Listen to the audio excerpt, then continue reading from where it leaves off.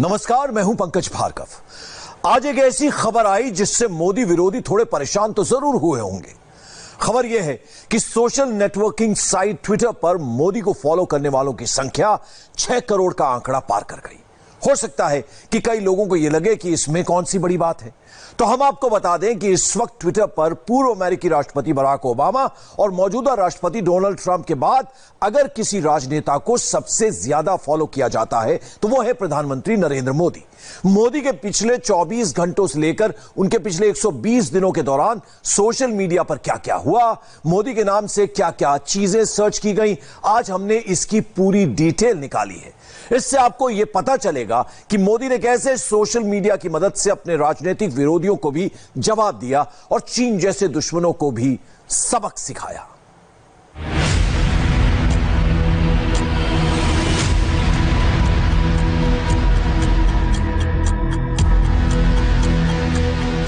Social media की दुनिया में आज की सबसे बड़ी हेडलाइन यही है। सोशल मीडिया प्लेटफॉर्म ट्विटर पर प्रधानमंत्री मोदी के 6 करोड़ से ज्यादा फॉलोअर्स हो चुके हैं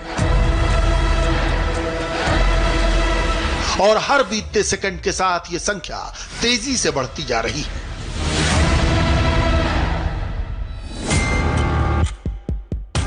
यानी एक ऐसा वक्त जब मोदी को हर रोज राहुल गांधी जैसे राजनीतिक विरोधियों के हमलों का सामना करना पड़ रहा है।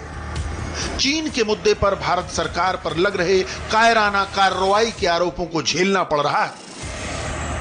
उस वक्त ट्विटर पर 6 करोड़ से ज्यादा फॉलोअर्स के साथ ट्रेंड करना कहीं ना कहीं यह साबित करता है कि तमाम मुश्किलात के बावजूद, विरोधियों के हमलों के बावजूद, चाइनीज वायरस और चीन की फौज की हरकतों के बावजूद देश और दुनिया में मोदी की लोकप्रियता में कोई कमी नहीं आई है।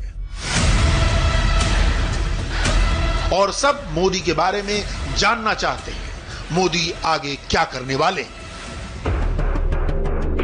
लेकिन यह हुआ कैसे? साल दर साल, महीने दर महीने मोदी के चाहने वालों की संख्या कैसे और क्यों बढ़ी?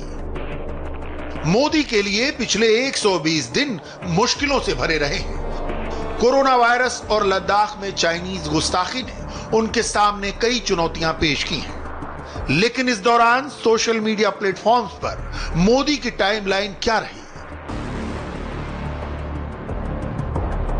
कितने लोग उनके साथ जुड़े?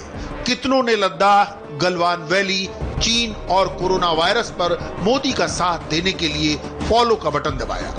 आज हमने इसकी पूरी डिटेल निकाली है जो बहुत दिलचस्प है। शुरुआत करते हैं मोदी के कट्टर विरोधी राहुल गांधी से।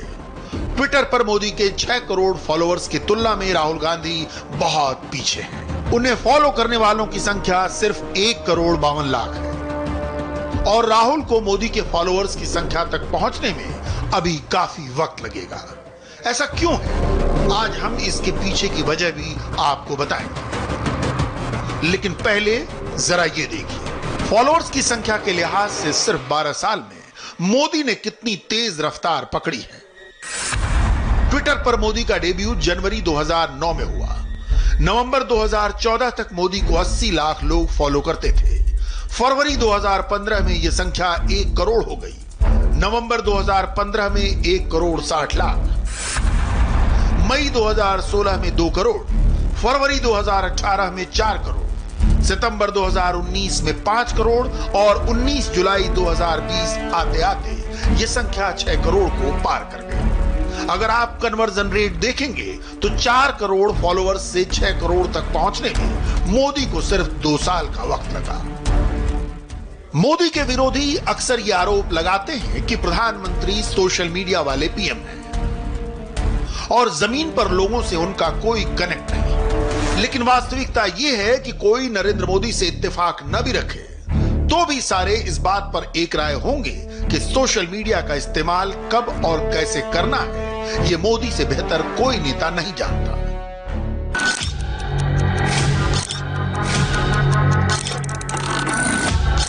मोदी ने सोशल मीडिया को इस्तेमाल करके भारत ही नहीं पूरी दुनिया में लोकप्रियता के जिस शिखर को छुआ है वैसा करने में दूसरे भारतीय नेताओं को बहुत वक्त लग जाएगा। भारत के चुनावी इतिहास में 2014 का लोकसभा चुनाव पहला चुनाव था जिसमें सोशल मीडिया ने अहम रोल अदा किया था। उस वक्त तक कांग्रेस पार्टी इसे काफी हल्के में लेती थी, लेकिन 2014 की हार के बाद उसे भी इसकी ताकत का एहसास हुआ। 2014 में इंडिया टीवी के कार्यक्रम आपकी अदालत में पीएम मोदी ने सोशल मीडिया की इसी ताकत का जिक्र किया था। ये जो जनता के मोबाइल फोन है, जो मेरा भी मोबाइल फोन है, इसके ऊपर मैसेज आते हैं। और मैसेज क्या आते हैं ये मैं आपको सुनाता हूं, कैसे हवा बनती है। मैसेज आया, ट्विंकल ट्विंकल लिटिल स्टार, अब की बार मोदी सरकार।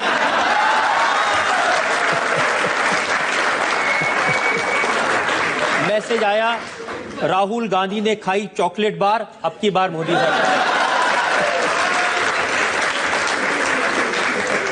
फिर मैसेज आया, पराठों के साथ खाओ अचार, अब की बार मोदी सरकार।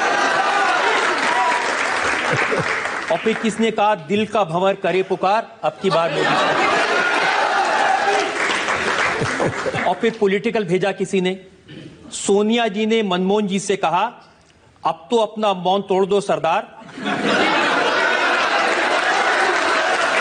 मनमोहन जी बोल पड़े, अब की बार मोदी सरकार। और एक अभी थोड़ी देर पहले मैसेज आया है, भाइयों मत मारो चांटा बार बार, मैं भी कहता हूं।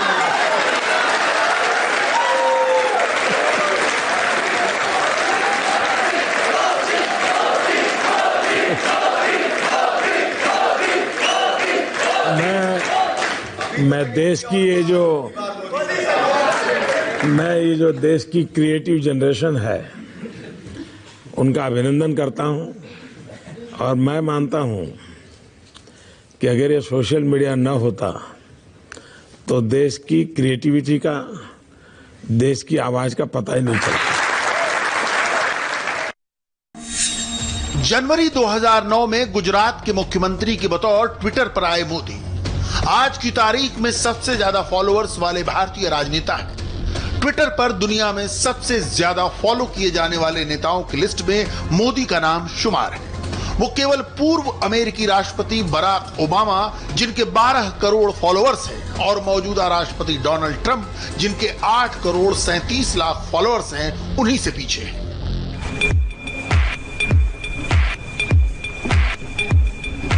Ladies and gentlemen, please give a huge round of applause for Prime Minister Narendra Modi. Please welcome Honorable Prime Minister. It's my privilege and pleasure to welcome Honorable Prime Minister to this special program. 21वीं सदी के सबसे बड़े हथियार social media का सकारात्मक इस्तेमाल करके मोदी ने न सिर्फ अंतर्राष्ट्रीय कूटनीति में भारत को नई पहचान दिलाई है, बल्कि अब दुनिया में भारत के प्रधानमंत्री को करीब से जानने का एक भी मौका हाथ से नहीं जाने देना चाहते। मोदी के सोशल मीडिया प्रेम की वानगी हर जगह दिखती है, चाहे वो चुनाव प्रचार हो या वोटिंग सेल्फी, सरकारी अभियान हो या विदेशी दौरे। उन्होंने सोशल मीडिया का बखूबी इस्तेमाल किया। वर्चुअल दुनिया में मोदी की सक्रियता इस वजह से भी कामयाब रही क्योंकि इसके जरिए सूचनाएं बहुत तेजी से और चौतरफा फैलती हैं। पिछले कुछ दिनों के ट्रेंड को देखें तो लद्दाख में गलवान वैली की हिंसा से लेकर कोरोना वायरस तक भारत ने जैसे जैसे चीन को ईंट का जवाब पत्थर से दिया है, वैसे वैसे मोदी को चाहने वालों की संख्या में तेजी आई है। पिछले 24 घंटों का ये ट्रेंड बताता है कि नरेंद्र मोदी के ट्विटर फॉलोअर्स के बारे में जानने के लिए जितने लोगों ने गूगल पर सर्च किया उसमें 300% का इजाफा था। इन 24 घंटों में भारत, प्रधानमंत्री मोदी, पीएम मोदी, राम जन्मभूमि जैसे शब्द सबसे ज्यादा सर्च किए गए। इसी पैमाने पर पिछले 90 दिनों में गूगल ट्रेंड में जिन लोगों के बारे में सबसे ज्यादा सर्च किया गया उनमें भी प्रधानमंत्री मोदी का नाम था। उन्होंने Chinese social media app Weibo छोड़ा, इसके बारे में भी लोगों ने जानकारी हासिल की। गूगल ट्रेंड पर भारत और चीन हॉट टॉपिक रहा। बॉर्डर और वॉर जैसे शब्द भी ट्रेंडिंग टॉपिक रहे। इसके अलावा इन 90 दिनों में killed in action, Ladakh valley, ban किए गए चीन के apps, India China clash, India China Galwan valley, इन सब के बारे में लोगों ने दिलचस्पी दिखाई। और इसके पीछे की एक बड़ी वजह आप मोदी के लद्दाख दौरे को भी कह सकते हैं, क्योंकि लद्दाख में खड़े होकर मोदी ने न सिर्फ चीन को ललकारा, बल्कि उनके भाषण को पूरी दुनिया ने हेडलाइन बनाया। इसलिए मोदी के बारे में जानने के लिए लोगों की दिलचस्पी बढ़ी और उन्होंने बड़ी संख्या में गूगल सर्च इंजन का इस्तेमाल किया। ट्विटर पर इतनी तेजी से फॉलोअर्स की संख्या बढ़ना और पिछले कुछ हफ्तों में गूगल पर इतनी बड़ी संख्या में मोदी को सर्च किया जाना इस बात की ओर इशारा करता है कि चीन से सीमा विवाद के दौरान भारत ने जिस तरह अमेरिका और रूस को अपने पाले में लिया, उसने न सिर्फ चीन को पीछे धकेला, बल्कि भारत को यूनाइटेड नेशन सिक्योरिटी काउंसिल के 5 में से 4 देशों का समर्थन मिलने से चीन के सुर भी बदल गए और उसे बैकफुट पर जाना पड़ा। यह सब कुछ सिर्फ कूटनीति और सैन्य नीति तक सीमित नहीं था। इसके लिए मोदी ने सोशल मीडिया को भी चतुराई से इस्तेमाल किया। भारत के विदेश मंत्रालय और रक्षा मंत्रालय ने चीन को वर्चुअल वॉरफेयर में चारों ओर से घेर लिया और उसकी हर एक चाल का जवाब पूरे दमखम के साथ दिया गया। मोदी जो कहते हैं जरूर करते हैं और जो नहीं कहते वो तो डेफिनेटली करते हैं और मोदी के विरोधी देखते रह जाते हैं, क्योंकि मोदी जानते हैं अपने विरोधियों को या भारत के दुश्मनों को सबक सिखाने के लिए कब कौन सा ट्वीट करना है, पोस्ट करना है या फिर क्लिक का बटन दबाना है। यही तो है सोशल मीडिया की ताकत और इसीलिए लोग मोदी से ज्यादा कनेक्ट भी करते हैं। सोशल मीडिया प्लेटफॉर्म की इसी शक्ति का जिक्र प्रधानमंत्री ने अपने इंटरव्यू में किया था। ये जो सोशल मीडिया का आजकल तो पूरा जमाना है एंड मैंने देखा है कि आप काफ़ी एक्टिव रहते हैं, लेकिन जो आपको लोग प्रश्न पूछते हैं या लोग आपसे बात करते हैं तो आप खुद देखते हो ट्विटर या इंस्टाग्राम, ये सारी चीज़ें आप देखते हो सर? मैं जरूर देखता हूँ और एक प्रकार से उससे मुझे बाहर की बहुत प्रकार की जानकारियाँ मिलती हैं। जब आप अपने ऊपर कोई मीम्स बने हुए देखते हो, जो सोशल मीडिया पे मीम्स आते हैं, तो वो मीम देख के आपको हंसी आती है? वैसे आपने कहा गुस्सा तो आता नहीं ज़्यादा करके, लेकिन वो जो मीम्स आप देखते हो तो आपको कैसा लगता है? जैसे देखो, मैं कुछ 4-5 मीम लेके आया हूँ। ये देखिए, ये लिखा है, this T seller can give nation unity, equality, safety, prosperity. तो ये एक है। इसमें लिखा हुआ है, चटनी के बिना ढोकला है बेकार, अब की बार मोदी सरकार। ये देखिए, मेरे ही सारे फ्रेटर्निटी के लोग आए थे, आपसे मिले तो सबके चेहरे यहाँ लगा दिया जय श्री राम। ये आपने देखा कभी? ये मैंने नहीं देखा, ये आज देख रहा हूँ। अच्छा, ये नहीं देखा आपने? तो ये रोहित शेट्टी जो है, ये एक्शन डायरेक्टर हैं, वीर नरेंद्र मोदी जी, और अगले दिन आपको उन पर इतना असर पड़ा, सीधा मोटरसाइकिल लिया आपने, निकल पड़े। तो ये मीम देख के आपको कैसा लगता है? मैं एंजॉय करता हूँ। मैं उसमें मोदी को कम देखता हूँ, क्रिएटिविटी को ज़्यादा देखता हूँ। तो मुझे उस क्रिएटिविटी के प्रति, यानी मेरा घोर भी विरोध होगा, ये बड़ा मजा आता। क्या बड़े सटीक तरीके से कहा है उसने। मतलब बहुत अच्छी क्रिएटिविटी उनकी है। मतलब क्या सोचते हैं ये लोग, और यूं झटके में सोच रहे हैं। हाँ, फ्रिक्शन ऑफ सेकंड जी। मैं आपको बताऊं, आप और मैं भी बात कर रहे हैं जब सोशल मीडिया का ये सबसे बड़ा बेनिफिट मुझे ये है कि मुझे कॉमन मैन की जो सेंस है, हाँ, उसकी जो क्रिएटिविटी है, उसका एनालिसिस है, ये समझने में बड़ा, वरना क्या होता है, ये बनी बनाई लोगों की जो परोसी हुई चीज होती थी जी, 5 स्टार फूड जैसा होता था वो, ये एक प्रकार से फुटपाथ पर का जो चने चबेने और पकौड़ा होता है, हाँ हाँ, वैसा सोशल मीडिया का मटेरियल होता है। फिनिश नहीं होता, लेकिन उसमें से आपको सच्चाई हाथ लग जाती है। मोदी ट्विटर पर अपने फॉलोअर्स को लेकर बेहद सजग रहते हैं। यहां तक कि ट्विटर पर पूछे गए सवालों का जवाब भी मोदी खुद ही देते हैं, और ऐसा एक बार नहीं कई बार हुआ है। बात सिर्फ ट्विटर तक सीमित नहीं है। फेसबुक और इंस्टाग्राम दोनों ही सोशल मीडिया प्लेटफॉर्म्स पर मोदी के 4.5 करोड़ से ज्यादा फॉलोअर्स हैं, और यह सब कुछ एक दिन में नहीं हुआ। पीएम मोदी ने फेसबुक प्रोफाइल, यूट्यूब चैनल के जरिए अपने मैसेज आम जनता तक पहुंचाए। उन्होंने स्वच्छ भारत अभियान, महिला सुरक्षा और उज्ज्वला कार्यक्रम के लिए सब्सिडी छोड़ने की बात को भी इसी प्लेटफॉर्म से उठाया।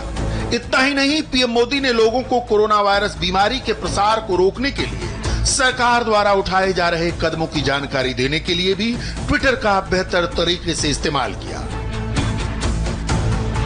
और रही बात चीन की, तो उसके वर्चुअल वॉर को भी मोदी ने भारत के 130 करोड़ लोगों के साथ मिलकर डिलीट कर दिया है। प्रधानमंत्री नरेंद्र मोदी अयोध्या जाएंगे। नरेंद्र मोदी 40 किलो चांदी की श्रीराम शिला की पूजा करेंगे। चांदी की वही शिला राम मंदिर की पहली ईंट मानी जाएगी। प्रधानमंत्री के अयोध्या जाने से पहले अयोध्या में मंदिर की जमीन समतल की जा चुकी है। पत्थर तराशने का काम लगातार चल रहा है। रामलला के दर्शन के बाद प्रधानमंत्री शिला पूजन करेंगे। उसी के साथ राम मंदिर का निर्माण औपचारिक तौर पर शुरू हो जाएगा। वो राम जी की धरती से जय श्री राम, जय जय श्री राम, जय जय श्री राम। मंदिर के शुभारंभ की तिथि तय हो गई। आधिकारिक ऐलान होना बाकी है, मगर खबर एकदम पक्की है। राम राम जय राजा। अयोध्या के पवित्र श्री राम जन्मभूमि स्थान पर राम मंदिर का भूमि पूजन 5 अगस्त को होगा।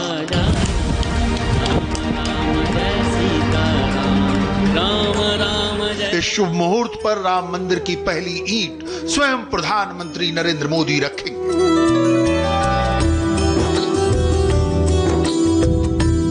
प्रधानमंत्री के रूप में नरेंद्र मोदी पहली बार रामलला के दर्शन करेंगे। रामलला के दरबार में प्रधानमंत्री मोदी सिर नवाएंगे और राम भक्तों से किया वादा पूरा करेंगे।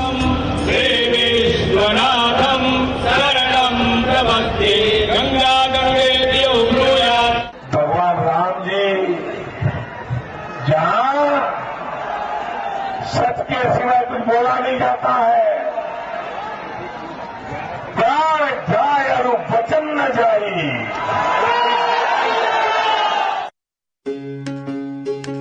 अयोध्या का राम मंदिर भव्य होगा, राम मंदिर दिव्य होगा। अयोध्या में बनने जा रहा मंदिर अब तक लगाए गए सारे अनुमानों से बड़ा और विशाल होगा। ये पूरी तरह देश की भावनाओं के अनुकूल होगा।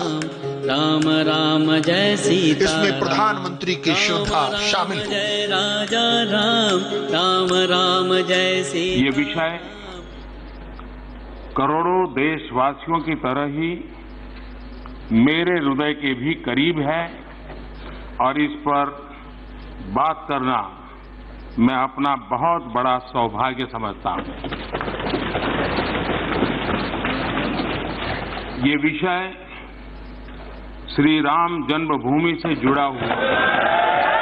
अयोध्या कानून के तहत अधिगृहित संपूर्ण भूमि जो लगभग 67.703 एकड़ है और जिसमें भीतरी और बाहरी आंगन भी सम्मिलित है, उसे नवगठित श्री राम जन्मभूमि तीर्थ क्षेत्र को हस्तांतरित किया जाए।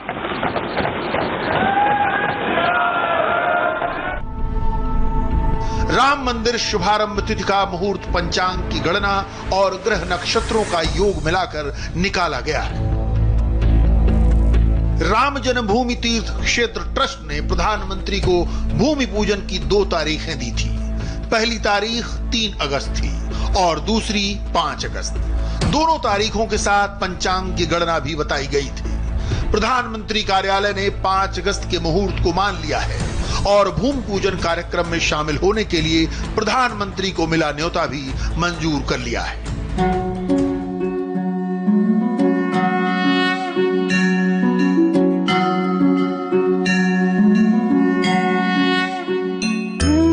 मंदिर शुभारंभ तिथि पर होने वाला पूजन कार्यक्रम सुबह 8 बजे से शुरू हो जाएगा। उसमें अयोध्या के साथ साथ काशी के पंडित भी पूजा कराएंगे। पवित्र नदियों का जल लाया जाएगा। प्रधानमंत्री पूजा करेंगे और राम मंदिर की पहली ईंट रखेंगे। रघुपति राघव राजा राम, पतित पावन सीताराम। प्रधानमंत्री नरेंद्र मोदी 5 अगस्त की सुबह में ही अयोध्या पहुंच सकते हैं।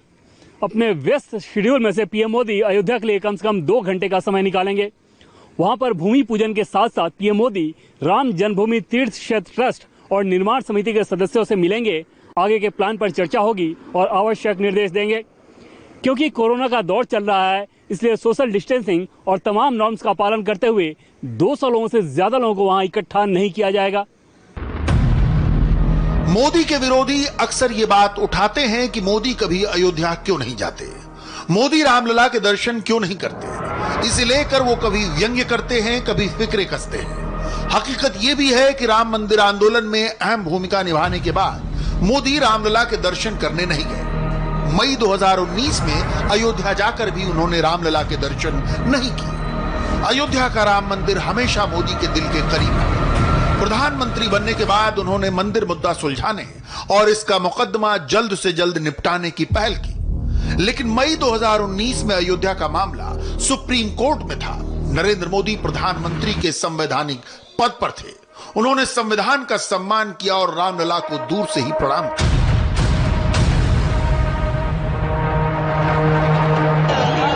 भाइयों बहनों,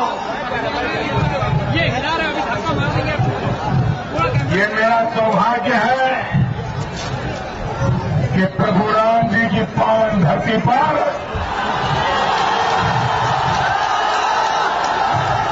यहां की पवित्र मिट्टी को मेरे माथे पर चढ़ाने का सौभाग्य मिला।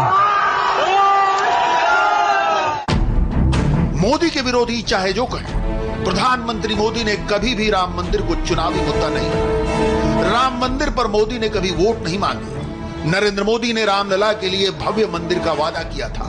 अब जबकि राम मंदिर का वो सपना पूरा होने जा रहा है, भूमि पूजन के लिए प्रधानमंत्री नरेंद्र मोदी से उपयुक्त कोई दूसरा नहीं हो सकता। 5 अगस्त की तारीख मोदी सरकार के लिए वैसे भी ऐतिहासिक है। इस 5 अगस्त को मोदी एक और इतिहास बनाने जा रहे हैं। 2019 में 5 अगस्त को अनुच्छेद 370 हटाया गया। 2020 में 5 अगस्त को राम मंदिर का निर्माण शुरू होगा। 2019 में 5 अगस्त को जम्मू कश्मीर मुक्त हुआ था। 2020 में 5 अगस्त को राम भक्तों की इच्छा पूरी होगी। जम्मू कश्मीर में अनुच्छेद 370 को खत्म करना और अयोध्या में राम मंदिर का निर्माण बीजेपी के गठन के समय से ही पार्टी का ये 2 प्रमुख एजेंडा रहा है। संघ भी इन दोनों मुद्दों को लेकर लगातार आंदोलन किया है। इन दोनों वायदों को पूरा करने का श्रेय प्रधानमंत्री नरेंद्र मोदी को जाता है। पिछले साल 5 अगस्त को ही जम्मू कश्मीर में अनुच्छेद 370 को खत्म किया गया और अब राम मंदिर का निर्माण शुरू होने जा रहा है। नरेंद्र मोदी जिस राम मंदिर की नींव रखेंगे, उसके नक्शे में बदलाव किया गया है। राम मंदिर की भव्यता अब पहले से भी ज्यादा होगी। रामलला का दिव्य मंदिर पहले 128 फीट ऊंचा बनने वाला था, अब वो 161 फीट ऊंचा होगा। रामलला के मंदिर में पहले 3 गुंबद बनने वाले थे, अब उसमें 5 गुंबद होंगे। राम मंदिर में नीचे प्लेटफॉर्म होगा। मंदिर 2 मंजिल का बनेगा। मंदिर की लंबाई 268 फीट होगी और चौड़ाई 140 फीट। राम मंदिर में कुल 212 खंबे होंगे। पहली मंजिल में 106 खंबे, जिनकी ऊंचाई 16 फीट 6 इंच की होगी। दूसरी मंजिल में भी 106 खंबे होंगे, जिनकी ऊंचाई 14 फीट 6 इंच होगी। हर खंबे में 16 मूर्तियां तराशी जाएंगी। मंदिर में 2 चबूतरे होंगे। पहला चबूतरा 8 फीट ऊंचा और 10 फीट चौड़ा होगा। यह परिक्रमा मार्ग होगा। दूसरा चबूतरा 4 फीट 9 इंच ऊंचा होगा। इसके ऊपर पिलर लगेंगे। देश काल परिस्थिति को देखते हुए वो सारा काम टलता चला गया। अभी जब थोड़ा रिलैक्सेशन हुआ है लॉकडाउन में, तो आवश्यक काम निपटाने हैं। तो उसमें आवश्यक काम में एक काम हमारा है कि शुभारंभ प्रधानमंत्री जी मंदिर का करवा दें और फिर आगे काम बढ़ जाएगा। देश को आजादी मिलने के बाद भी राम मंदिर के लिए 70 साल इंतजार करना पड़ा। वीएचपी ने 36 साल पहले 1984 में राम मंदिर का आंदोलन शुरू किया। मोदी ने तन मन धन से इसका समर्थन किया। 2020 में आखिरकार वो मौका आने वाला है जब रामलला से किया गया मोदी का वादा पूरा होगा। राम राम जय राजा राम,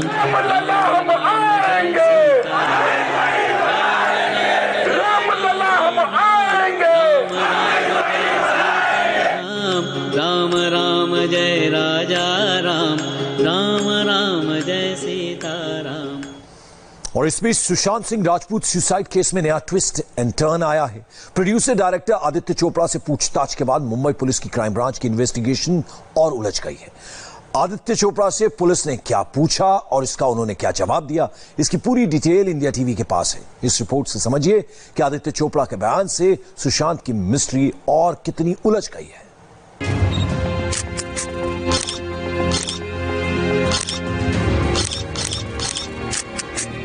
सुशांत सिंह राजपूत की सुसाइड मिस्ट्री में एक नया ट्विस्ट एंड टर्न आया है। मुंबई पुलिस पिछले 35 दिन से केस की कड़ियां जोड़ रही है, लेकिन अभी तक इस बात के पुख्ता सुराग नहीं मिल पाए हैं कि 14 जून को ऐसा क्या हुआ जो सुशांत ने खुदकुशी करने का फैसला कर लिया। शनिवार को यशराज फिल्म्स के मालिक आदित्य चोपड़ा से 4 घंटे तक हुए पूछताछ के बाद इन्वेस्टिगेशन में एक नया मोड़ आ गया है। वजह है इस केस में 2 फिल्म डायरेक्टर के बयान में आया अंतर। आदित्य चोपड़ा से पहले फिल्मकार संजय लीला भंसाली से पूछताछ हुई थी। भंसाली ने अपने बयान में सुशांत की यशराज फिल्म्स के साथ कॉन्ट्रैक्ट की बात कही थी, लेकिन अब यशराज फिल्म्स के चीफ आदित्य चोपड़ा ने पुलिस को दिए अपने बयान में कॉन्ट्रैक्ट को क्रिस्टल क्लियर कर दिया है। संजय लीला भंसाली ने पुलिस इंक्वायरी में बताया था कि बाजीराव मस्तानी फिल्म के लिए सुशांत सिंह को कास्ट किया जाना था, लेकिन उस वक्त सुशांत सिंह राजपूत यशराज फिल्म के साथ कॉन्ट्रैक्ट में थे। इसके लिए हमने यशराज फिल्म से बात भी की थी, लेकिन बात आगे नहीं बढ़ सकी। लेकिन जब पुलिस ने आदित्य चोपड़ा से सुशांत संग हुए कॉन्ट्रैक्ट पर सवाल किया तो उनका कहना था, फिल्म बाजीराव मस्तानी में सुशांत सिंह राजपूत को लेने के लिए संजय लीला भंसाली ने यशराज फिल्म से कोई बात नहीं की थी। जब सुशांत सिंह यशराज फिल्म्स के साथ कॉन्ट्रैक्ट में रहते हुए MS धोनी फिल्म कर सकते हैं तो फिर बाजीराव मस्तानी क्यों नहीं कर सकते थे। लेकिन हमसे इस संबंध में किसी ने संपर्क नहीं किया था। सुशांत सिंह आत्महत्या मामले में यशराज फिल्म्स के मालिक आदित्य चोपड़ा का बयान और फिल्म मेकर संजय लीला भंसाली के बयान में बहुत फर्क है और यही फर्क मुंबई पुलिस के मन में कई सवाल खड़े कर देता है।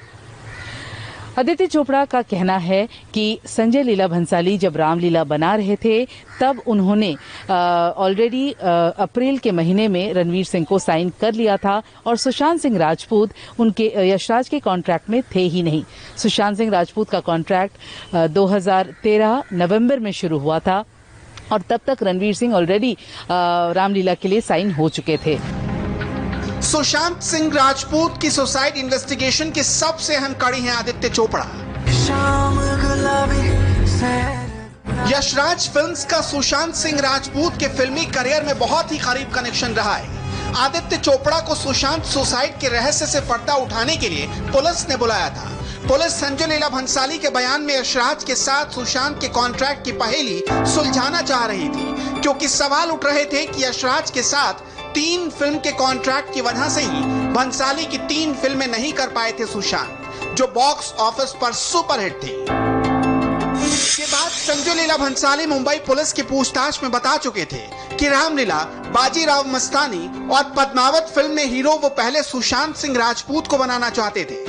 रामलीला में रणवीर सिंह को साइन करने से पहले सुशांत को चाहा। रामलीला हिट हुई तो भी बाजीराव मस्तानी में रणवीर सिंह से पहले सुशांत से बातचीत की। उसके बाद पद्मावत में शाहिद कपूर के किरदार के लिए पहले सुशांत से संपर्क साधा था, लेकिन ये रोल भी सुशांत नहीं कर पाए। भंसाली के मुताबिक इसकी वजह यशराज से सुशांत का कॉन्ट्रैक्ट था, लेकिन यशराज फिल्म्स के आदित्य चोपड़ा ने जो पुलिस को बयान दिया उसमें कहा है कि यशराज फिल्म्स ने रणवीर सिंह को भी साइन किया था। रणवीर सिंह को रामलीला करने दी गई। इसमें सच्चाई नहीं है कि कॉन्ट्रैक्ट में बंधे होने के चलते यशराज ने सुशांत सिंह राजपूत को फिल्म रामलीला नहीं करने दी। रणवीर सिंह ने अप्रैल 2012 में ही फिल्म रामलीला साइन कर ली थी, जबकि सुशांत सिंह नवंबर 2012 में यशराज फिल्म्स के कॉन्ट्रैक्ट में आए थे। आदित्य चोपड़ा के बयान के बाद केस सुलझने के बजाय और उलझता जा रहा है। सुशांत सिंह राजपूत के प्रोफेशनल फ्रंट से जुड़े तमाम सवालों के जवाब तलाशने के लिए पुलिस ने आदित्य चोपड़ा को बुलाया था। कहीं फिल्मों के हाथ से जाने का कनेक्शन, प्रोफेशनल राइवलरी की वजह से सुशांत डिप्रेशन में तो नहीं चले गए थे। इंडिया टीवी के पास आदित्य चोपड़ा से हुए सवाल जवाब की लिस्ट है। इसी में से एक सवाल पानी फिल्म से भी जुड़ा हुआ है। आदित्य चोपड़ा ने शेखर कपूर का पानी फिल्म की वजह से सुशांत के डिप्रेशन पर दिए गए बयान को सिरे से नकारा है। उन्होंने ये कहा है कि शेखर कपूर और आदित्य चोपड़ा के बीच 2012 में पानी फिल्म बनाने को लेकर बात हुई थी। उन्होंने 2013 में उनके YRF से एक टैलेंट पर उन्होंने बात की थी कि यहाँ से कोई एक्टर को हम लेना चाहते हैं। दोनों के सहमति से सुशांत सिंह राजपूत का नाम लॉक किया गया था।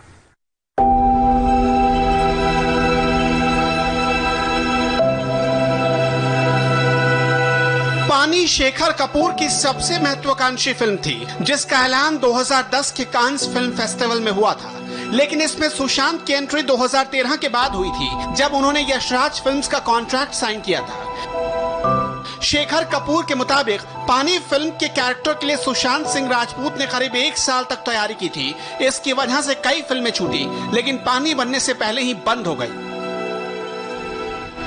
सुशांत के सुसाइड के बाद जिस तरह शेखर कपूर ने ट्वीट करके सुशांत के दुखी होने की बात कही थी, उसे मुंबई पुलिस ने अपने इन्वेस्टिगेशन की अहम कड़ी बनाकर जांच को आगे बढ़ाया और आदित्य चोपड़ा से भी पानी फिल्म को लेकर पूछताछ की। आदित्य चोपड़ा के मुताबिक यशराज फिल्म्स ने 2012 में शेखर कपूर के साथ मिलकर पानी फिल्म बनाने का फैसला लिया था। तब आदित्य चोपड़ा ने ही शेखर कपूर से सुशांत के टैलेंट का जिक्र किया था। सितंबर 2013 में दोनों की रजामंदी से सुशांत को पानी फिल्म के लीड रोल के लिए कास्ट किया गया। अप्रैल 2014 में फिल्म की शूटिंग फ्लोर पर जानी थी, इसलिए सुशांत रोल की तैयारी में जुट गए। यशराज फिल्म्स ने फिल्म की शूटिंग शेड्यूल के हिसाब से सुशांत की डेट ब्लॉक कर दी। फिल्म के प्री प्रोडक्शन और क्रिएटिव ग्राफिक्स टीम की हर मीटिंग में सुशांत शामिल होते थे। साल 2015 में आदित्य चोपड़ा और शेखर कपूर के बीच फिल्म को लेकर क्रिएटिव डिफरेंस हुए, जिसके बाद यशराज फिल्म्स पानी फिल्म बनाने को लेकर पीछे हट गया। आदित्य चोपड़ा के बयान से साफ है कि ये फिल्म यशराज फिल्म्स और शेखर कपूर के क्रिएटिव डिफरेंस की वजह से बंद हुई। उसे पुलिस से पूछताछ में आदित्य चोपड़ा ने भी कबूल किया। फिर पुलिस ने आदित्य से क्रिएटिव डिफरेंस को लेकर भी सवाल किए, जिसके जवाब में आदित्य चोपड़ा ने कहा, शेखर कपूर के साथ फिल्म बनाने की रजामंदी दी थी तो यह साफ था कि शेखर कपूर के इस ड्रीम प्रोजेक्ट का बजट 150 करोड़ के करीब था। फिल्म को लेकर सब कुछ तय था। प्री प्रोडक्शन में YRF की तरफ से 7 करोड़ की रकम भी खर्च हुई थी, लेकिन फिल्म की लाइन को लेकर और उसके कुछ हिस्सों को लेकर हम दोनों की सोच अलग थी। परेशानी तब बढ़ने लगी जब फिल्म की शूटिंग और शेड्यूल में देरी होने लगी। एक वक्त ऐसा आया जब इस ओवर बजट फिल्म का बोझ यशराज पर आने लगा। फिर क्रिएटिव डिफरेंस और बजट की वजह से यशराज ने किनारा कर लिया। आदित्य चोपड़ा के मुताबिक उन्होंने पानी फिल्म के बंद होने पर खुद सुशांत से मिलकर उन्हें क्लियर किया था कि वो पानी फिल्म को क्यों बंद कर रहे हैं। लेकिन सुशांत के सुसाइड के बाद पानी की इस कहानी का कनेक्शन सुशांत के डिप्रेशन से जोड़ा गया। आदित्य चोपड़ा से पुलिस ने यह भी पूछा कि आखिर किन वजहों से सुशांत के हाथों से एक एक करके तमाम बड़ी फिल्में फिसलती चली गई। आदित्य चोपड़ा के मुताबिक राफ्ता फिल्म में सुशांत को कास्ट करने की बात हुई। यह फैसला यशराज फिल्म्स की क्रिएटिव टीम का था कि राफ्ता में सुशांत काम करेंगे, जिसका सीधा मतलब था कि यशराज के बाहर काम करने से सुशांत को किसी ने नहीं रोका था। फितूर फिल्म के लिए भी यशराज की तरफ से कोई ऑब्जेक्शन नहीं था, लेकिन सुशांत ने वो फिल्म भी अपनी मर्जी से छोड़ी थी। नवंबर 2015 में सुशांत का यशराज के साथ कॉन्ट्रैक्ट खत्म हो रहा था।